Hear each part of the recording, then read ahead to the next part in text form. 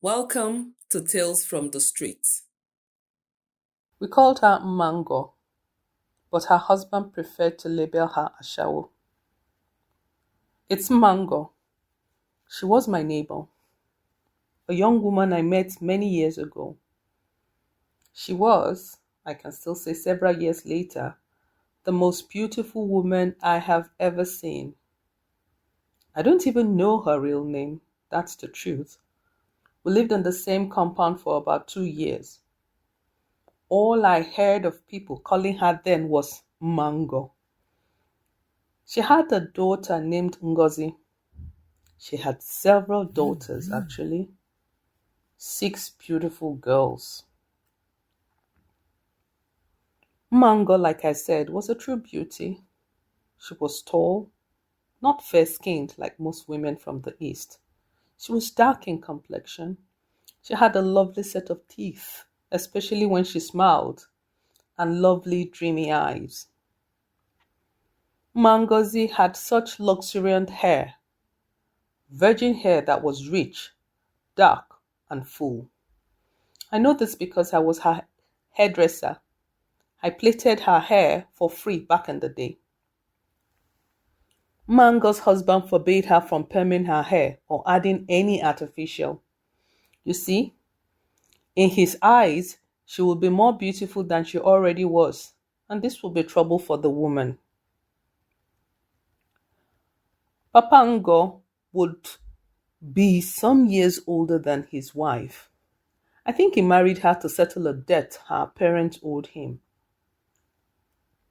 I'm not too sure because there is no way Mma Ngo could have married such an ugly and insecure man.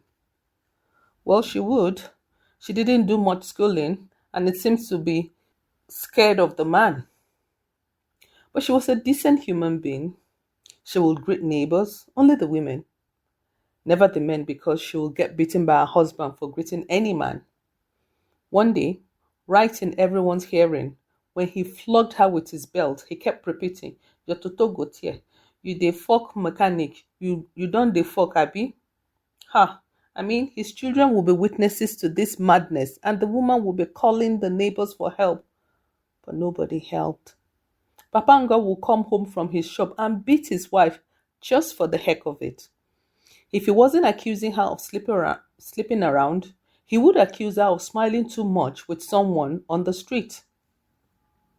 Sometimes it was that she had overcooked the vegetable or the meat or did not boil enough water for his bath. The man was a beast. When I moved into the compound, I befriended Mma Ngo. My door was not too far from theirs. Theirs was a two-room with a parlor.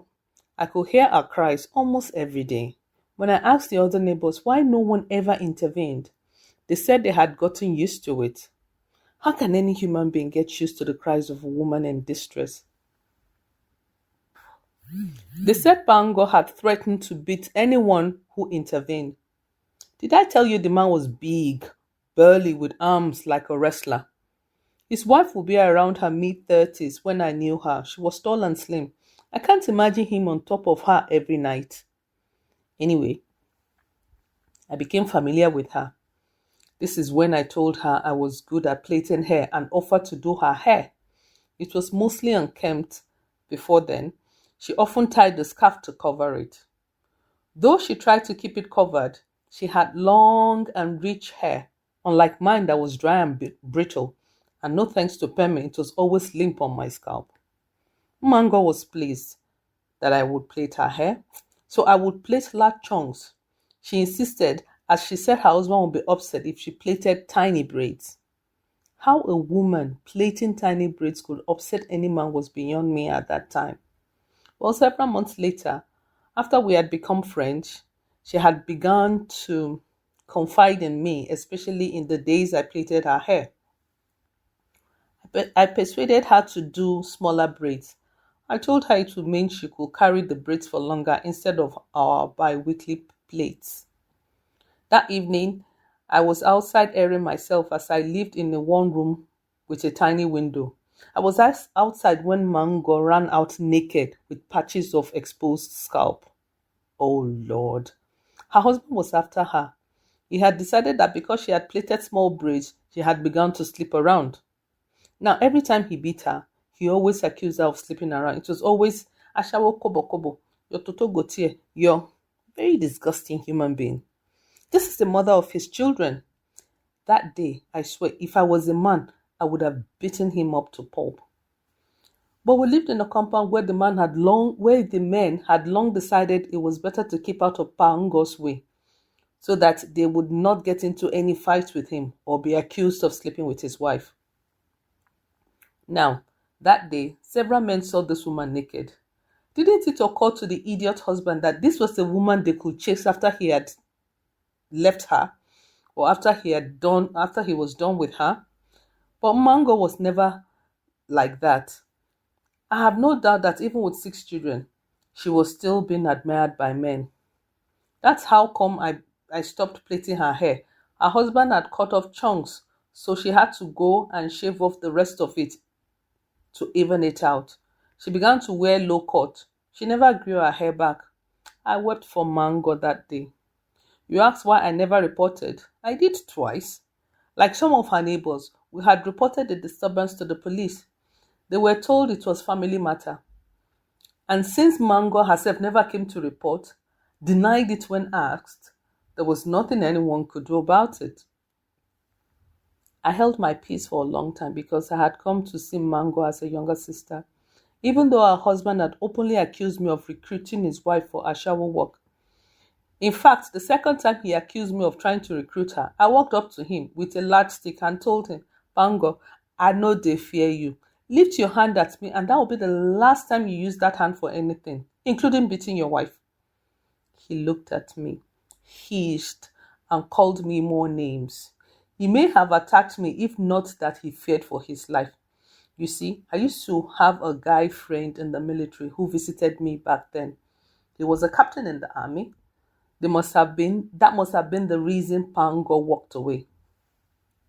He said I was a devil, a woman no man would ever take to his house. He called me barren, saying that is why I was not married. I called him a coward and a bully, because that's what he is. Believe me, though he was bigger than me, I was determined to fight and hit him with everything within reach. Then my military guy would deal with him afterwards. Anyway, I avoided him so that he wouldn't take it out on his wife. One day, as usual, he began to beat his wife again. I heard the woman struggling to open the door. Their daughters were crying, begging their father to stop hitting their mother. Mma Ngo ran out. I stood and shook my head. This sight was also getting familiar. I heard Mma Ngo rush after her. I waited. As soon as he lunged forward, I put out my leg, just ever so slightly. He flew briefly mid-air and landed yakata on the concrete floor. You should see the untidy heap. I just waka comot. There was some commotion because he screamed like a girl. Mma Ngo was crying. His hand, his arm, his leg, nonsense. He was just screaming like a girl. As for me, I did not go to help him. Instead, I went out to get his wife. By the time I came back, Mma Ngo was still rolling on the floor, screaming for help. Neighbors peeped. When they saw it was him, they slunk back into their rooms. Something had broken, as I found out later.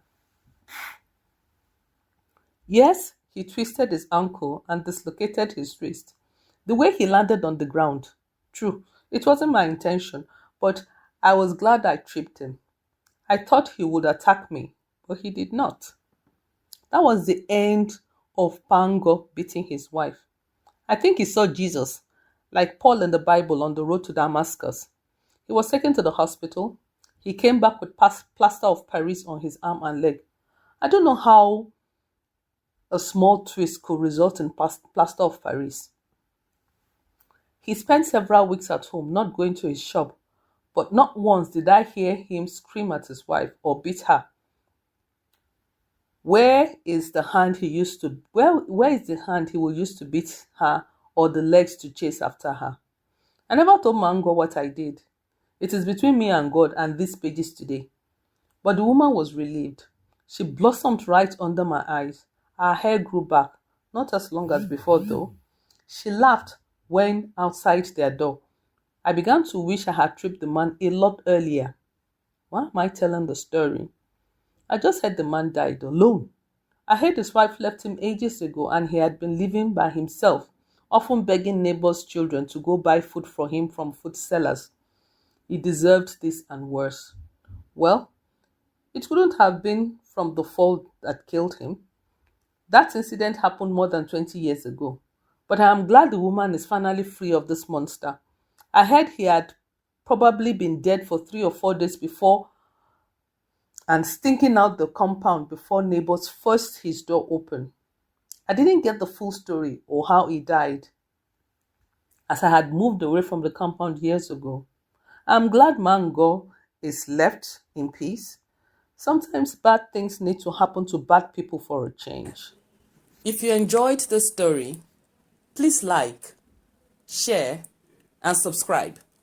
Thank you.